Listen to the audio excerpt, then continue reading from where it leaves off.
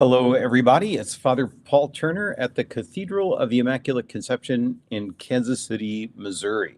I hope this is finding you all well. It's been a couple of weeks, 3 weeks since I did my last weekly update for you.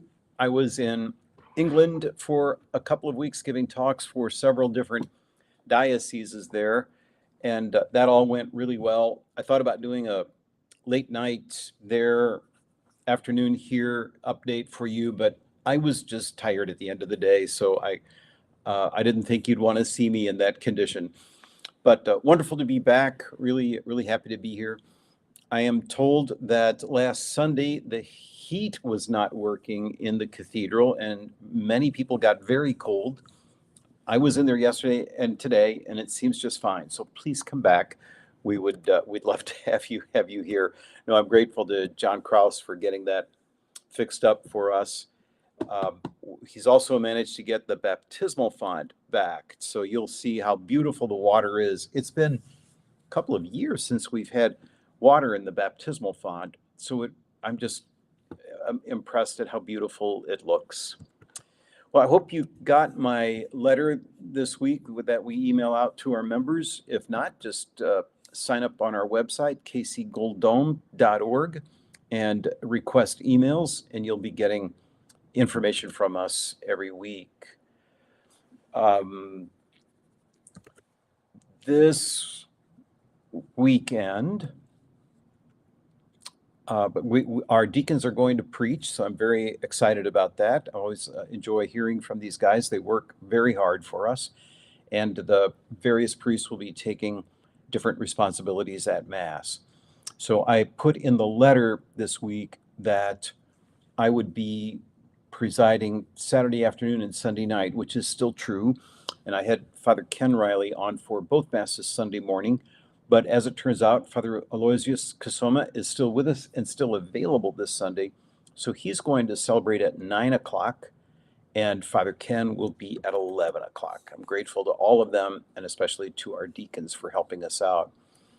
I will be celebrating a rite of acceptance into the Order of Catechumens for Emily Larner tomorrow afternoon, Saturday afternoon, at the 2:30 Mass. It is a beautiful ceremony, one that's very, very moving as people declare their intent to follow Christ. So please come, and we're going to begin Mass outside. So even though the heat is working inside, you may want to wear something warm for the opening of this ceremony, which is really something to behold. So Emily, you will get a chance to meet her Saturday afternoon, and then Sunday night, Roger Villanueva will be here, and I will commission him as a communion minister. Roger recently attended some of the training that we offer in our diocese, and as a follow-up to that, I want to be sure that he gets properly commissioned to serve us in the various ways that he is doing. Young adults, you are welcome to Catholics and Coffee at Spokes after the 11 o'clock Mass. I will be able to join you there for a little while. My family is having a gathering Sunday afternoon, so I'm going to go join them. But the reason is tomorrow is the 20th anniversary of the death of my father, William A. Turner. He was a great man, an inspiring figure. He and my mother went to daily Mass for all the years of their marriage. They were married over 55 years, and that was just part of their spirituality. So the Catholic Church meant a lot to us as we were growing up, thanks to the impact my father had on us.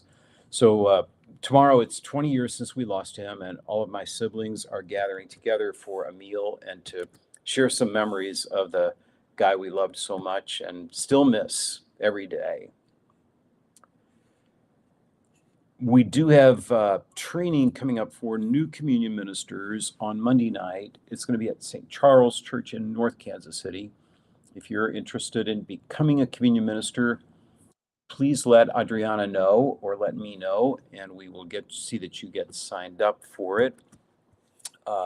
We are going to be requesting some extra help for communion ministers starting next week because Bishop Johnston is allowing us to restore communion from the cup for those who would like to participate.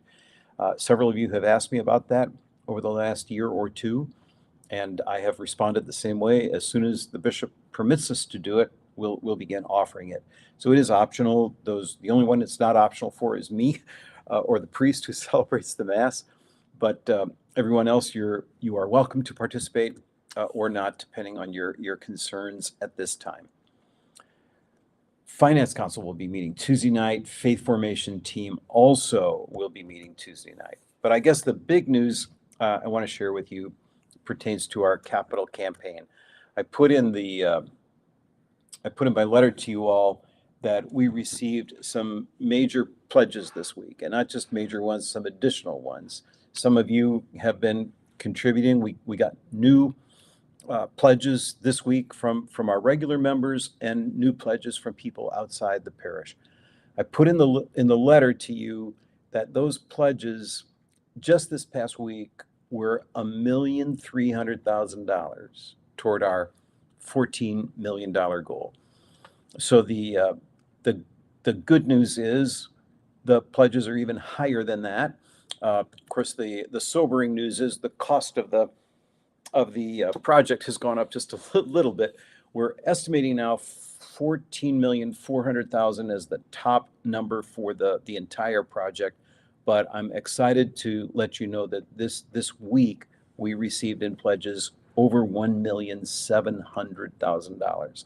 So I met with the bishop and many of his key advisors this morning. We are waiting on a couple of these pledges to materialize in checks. And once they do, we will be able to announce groundbreaking for our project. We'll be able to lay out a timetable and let people know more accurately just what to expect and when. Couldn't be more excited about this. I just think it's been a lot of hard work for many people. I'm grateful to our campaign cabinet and all of you who have pledged and supported us with your prayers. You've just been outstanding. So watch for a big announcement. We should be able to make that very soon.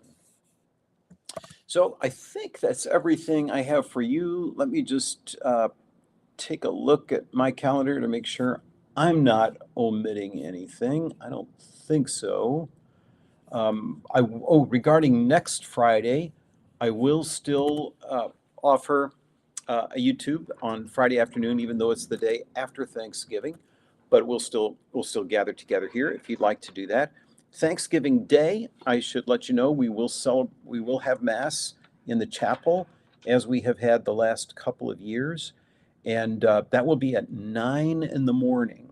We usually don't do a weekday Mass at that time, but that time slot seems to work for a lot of people who are going to spend the day preparing a meal or eating a meal.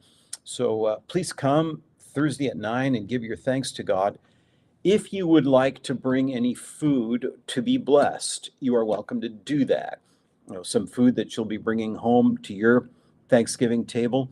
I will include a blessing of food items as part of that Mass on Thursday morning. So please come. There'll be room for you and your food, and we'd just love to see you all. So I think that's it. I think that's all I've got to fill you in on. Some of our staff will be taking vacation times over the next week or two, and they work hard, so I'm glad they get a little time off. I will be around and look forward to seeing all of you here. So thanks again for joining me. It's great to be back in Kansas City, and I look forward to seeing a lot of you this weekend. Please come on over and celebrate the Eucharist with us as we celebrate one of the great feasts of the church year, our Lord Jesus Christ, the King of the universe. This will close out the liturgical year before the following week we begin anew with the first Sunday of Advent. God bless you all. Thanks for